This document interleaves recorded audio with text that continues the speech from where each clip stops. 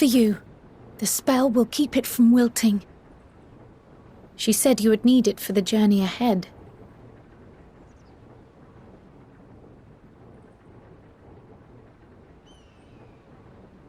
Will you speak with her now? I cannot hope to match Minfilia's clarity, of course, but...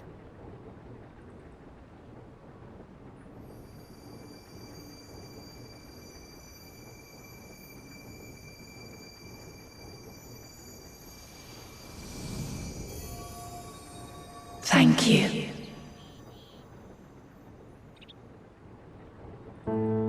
Do not worry. She has lent me her body for only a moment.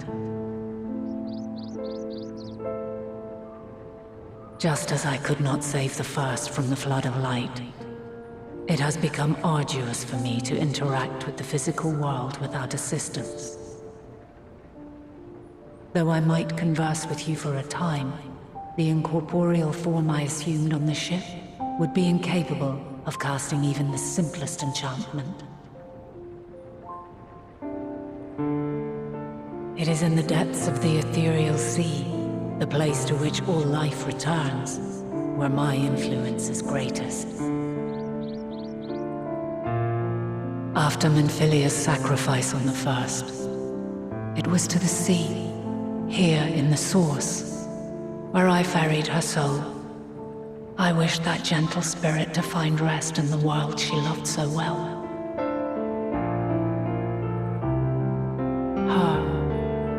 And another who may yet have a part to play, though that will depend on you. Take the flower, walk free, for you are free, to go where you wish, to believe what you will.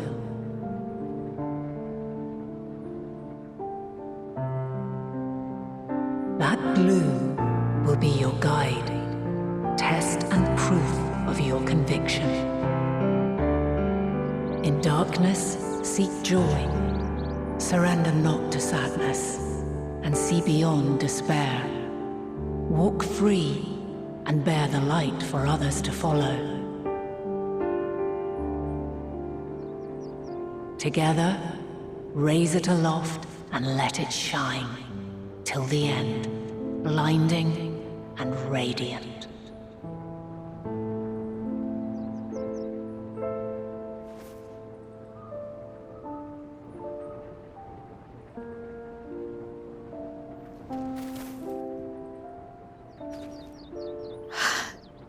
Was all too brief. Already she seems so far away.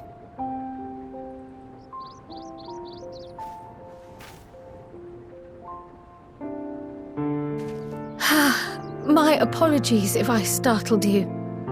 Ever since we began our descent into Labyrinthos, I had sensed another's will, straining to reach out.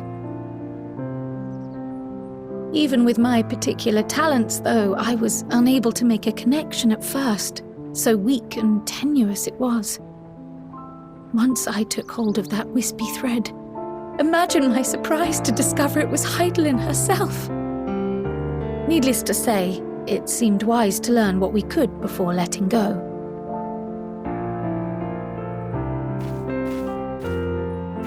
Her answers were more cryptic than I would have liked, but at least she left us with a guide of sorts, that unusual flower.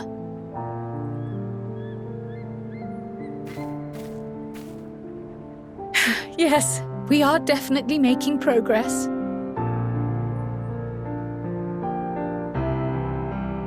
You can't be serious! We've done nothing wrong!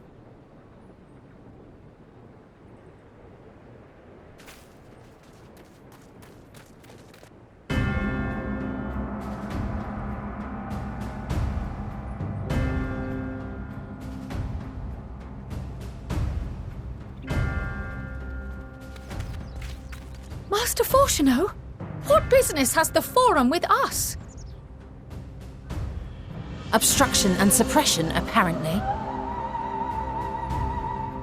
Mistress Baldessian, our records show you facilitated the Scions' entrance into Sharlayan by claiming them as assistants for your organization.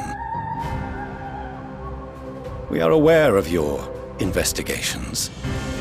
After alerting the major institutions to the presence of potential troublemakers, we received word from an Archean custodian. A group operating under the auspices of the students, skulking about Labyrinthos and engaging in clandestine behavior. Clandestine? We may not have entered Sharlayan as scions, but we did naught to conceal our identities. Our only purpose in this city is to seek the truth. I can think of no reason why our actions should warrant the Forum's intervention. 'Tis not our way to discourage the pursuit of knowledge, but the timing of such pursuits must be considered, not to mention their potential impact. With the world in chaos, we, the true caretakers of wisdom, have committed ourselves to an undertaking that demands the utmost discretion. And we will not risk its success by turning a blind eye to disruptive foreign elements in our midst.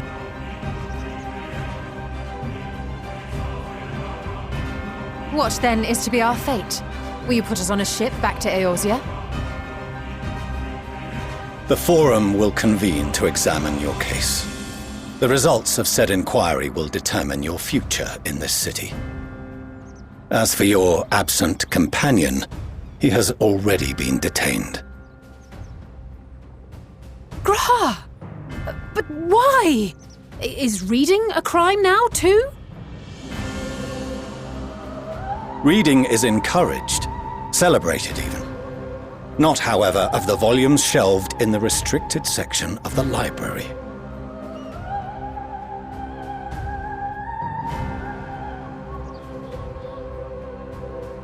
Refusing to comply will only make matters worse. Let us instead treat this as an opportunity to open a dialogue with the Forum.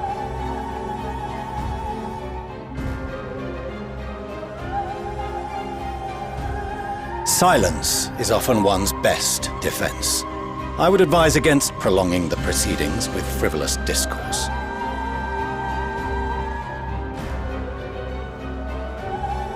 But enough. This is not the place for debate. The rostra await.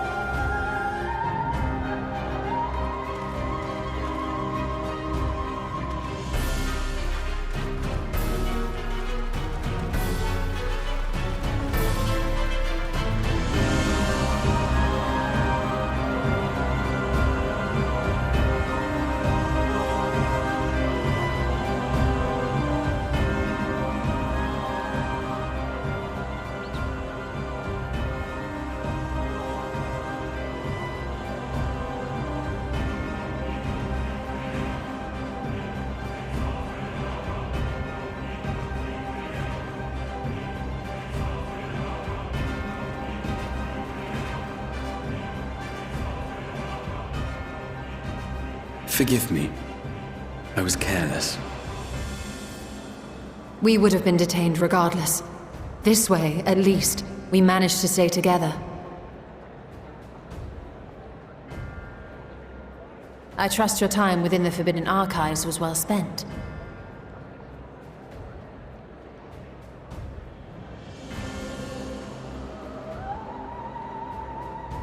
The Forum will come to order! This inquiry is now in session. As Speaker-elect, I will be presiding over the day's proceedings. Master Fortuner, would you be so kind as to restate the matter which compelled you to summon your colleagues with such urgency?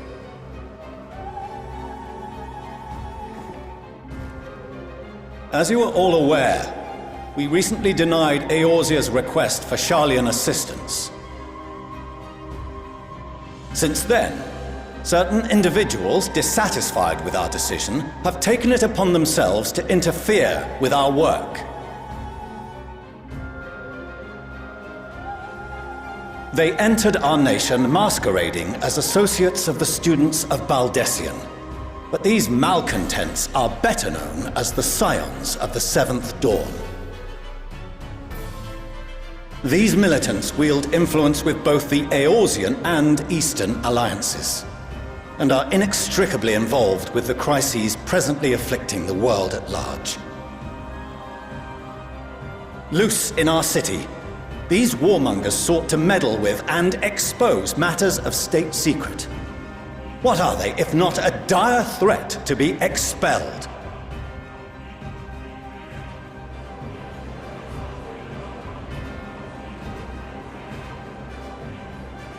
You have tarnished the good name of the students. Galuf would be ashamed.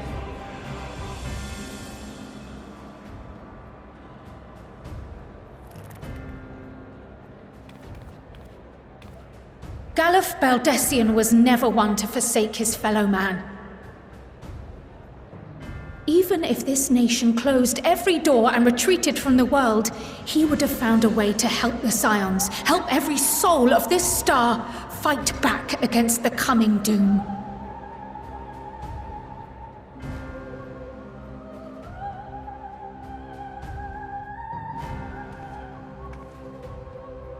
A terrible enemy stands poised to lay waste to all we hold dear. In the face of such madness, Eorzea reached out to Sharlayan, a respected ally, in the hopes of forming a united front. Was your curt dismissal truly the best you could offer? Or are you so preoccupied with your momentous duty of an age long past that even the end of the world is unworthy of your attention?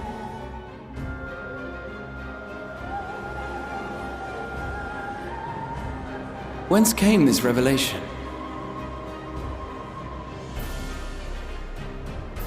From the mouth of a Forum member within fortuitous earshot.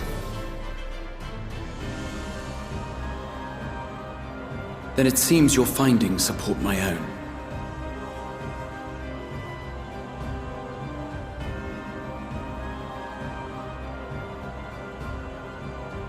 The reason I visited the restricted shelves was to study records of the Forum's policy-making process, to better understand the historical trends underlying their most major decisions.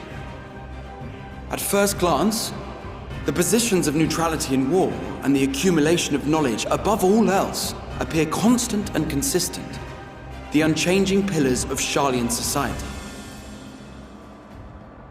And once upon a time, I might have left it at that. These days, however, I am more attuned to the subtleties of governance, and so I noticed something odd.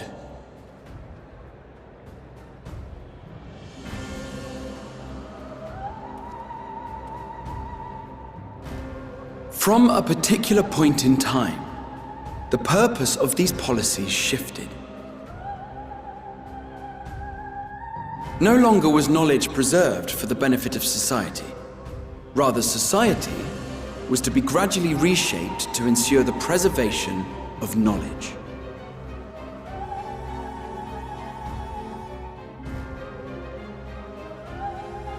The most conspicuous and telling change was the one which befell Labyrinthos. Once little more than an oversized storehouse, an enormous allocation of funds saw it transformed into an advanced research and archival facility. I also discovered a fascinating account on the finances of our Dravanian colony. The settlement attracted students from far and wide, and the connections and tuition fees thus acquired were funneled into further improvements for the archives. Now, there is no question that our nation's progress is tied to the acquisition of wisdom. Nevertheless, the vast resources diverted for this purpose borders on the obscene. But returning to the matter of when, our change in course appears to have been made some 270 years ago.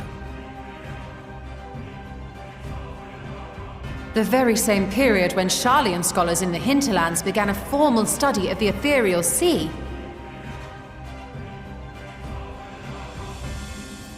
You found something, did you not?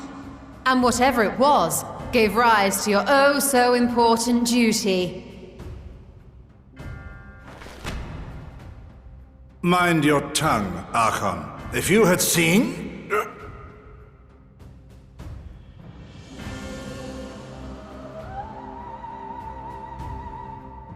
Yes, we are bound by a duty we cannot ignore. Knowing this, what would you have us do? Abandon our vital work and join you on the field of battle? We will never choose the way of the sword. We will fulfill our mission not through strife and bloodshed, but survival. Come what may, we shall live on. We must. Do as you must, then. But we Scions will fight until the heavens fall, until our last breath.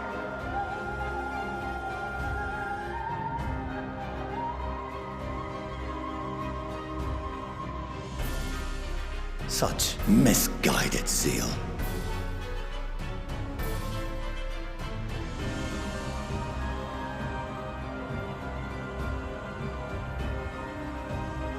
Father,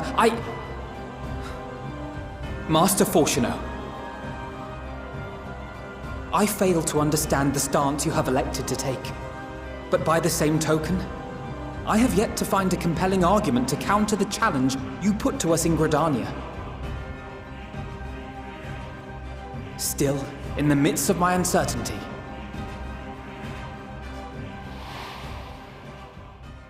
I must trust in myself to do what is right, as others have chosen to trust in me.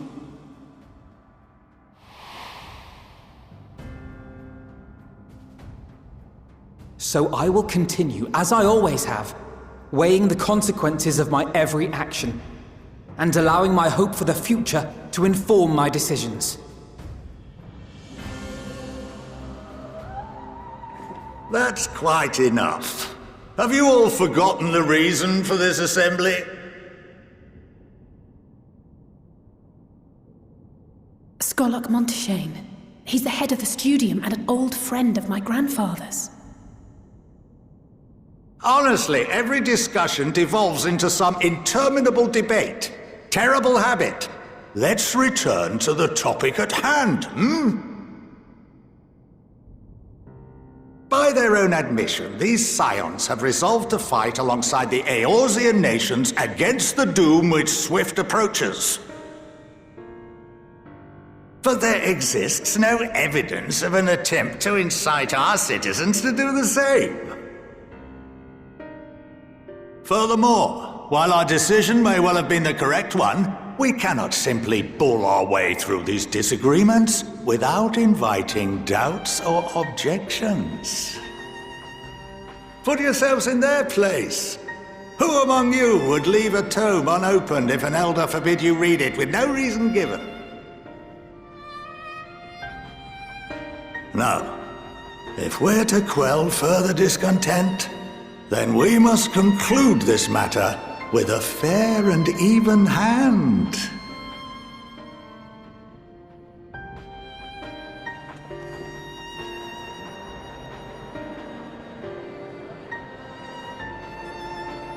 Order! We will have order! Master Monteshane raises some valid points. Keeping such concerns in mind, I propose we enforce the following measures. Until further notice, the students of Baldesion are to cease any and all activities within the domain of Sharlayan. You will also refrain from any further investigation into the Forum's decisions and duties. Failure to comply with these restrictions will result in the immediate expulsion of your Scion associates.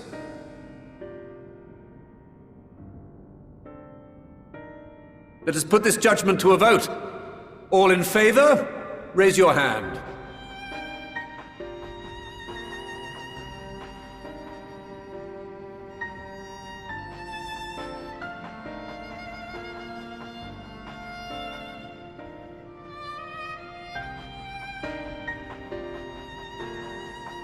I count 51 for and 48 against. The proposal is passed. Students, Scions, you have heard the Forum's judgment. Pray abide by it, or face the consequences.